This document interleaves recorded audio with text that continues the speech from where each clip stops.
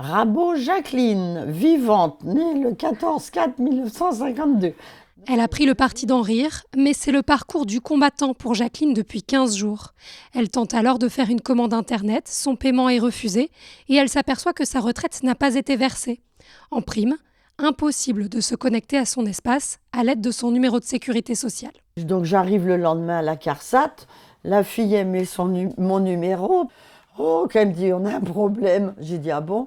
Elle me dit oui, vous êtes déclaré décédé. Non mais c'est une blague. Sécu, caisse de retraite, mairie, impôts, commissariat commencent alors des démarches absurdes pour attester qu'elle est bien en vie. On dépend d'un chiffre, on appuie sur un bouton, sur un clavier et on vous raye de la surface de la terre.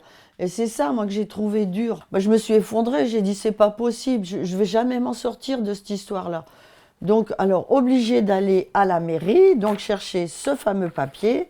Je sous-signais, Madame Rabot Jacqueline atteste être toujours en vie à ce jour. Non mais c'est fort de café quand même. Hein. La banque a accepté de ne pas lui faire payer d'agio sur ses 850 € de découvert rapidement régularisés et son bailleur social a bien voulu décaler le prélèvement du loyer. Mais celle que ses proches surnomment la morte vivante ou la ressuscitée n'en a pas encore fini. Elle doit encore fournir un acte de naissance à la sécurité sociale pour obtenir une nouvelle carte vitale. Je vous donne ça, je n'ai plus de carte vitale parce que je suis censée être décédée. Voilà.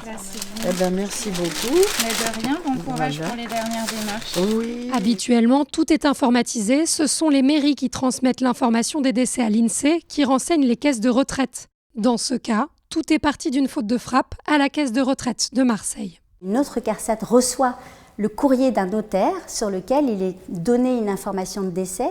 Une erreur de saisie, un 02 à la place d'un 04, a conduit à dire au système d'information un décès, celui de Madame Rabot, à tort. La correction pour Madame Rabot s'est faite en 48 heures par notre organisme, mais il n'en demeure pas moins qu'il a fallu que Madame Rabot s'en rende compte. Jacqueline garde le sourire. Elle veut à présent laisser toute cette histoire derrière elle. 2024, je renais, c'est ma renaissance.